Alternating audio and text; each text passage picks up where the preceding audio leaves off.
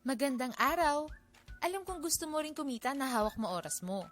Dito sa TokTok, posible. Simple lang maging TokTok Rider. Tuturuan kita kung paano. Mag-register online sa www.toktok.ph at i-click ang Become a TokTok Rider. Sagutan ang mga kinakailangang detalye. Importanteng tama ang lahat ng detalye na ilalagay mo, lalo ng iyong mobile number, dahil ito rin ang gagamitin mo sa iyong TokTok Rider app. Huwag kakalimutang i-upload ang iyong driver's license, ORCR, at NBI clearance.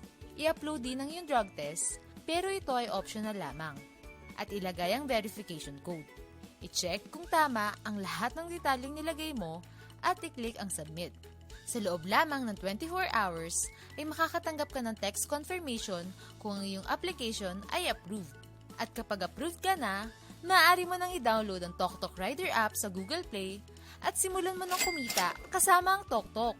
Hawak mo na ang oras mo at kung magpo-full-time ka pa sa TokTok, maaari kang kumita ng 1,500 o higit pa sa isang araw. Tandaan, siguraduhin tama ang lahat ng detalye na iyong ibinigay dahil ito ang gagamitin para sa iyong TokTok Rider app. Babangon tayo at kakatok para maghatid ng ngiti mga katoktok.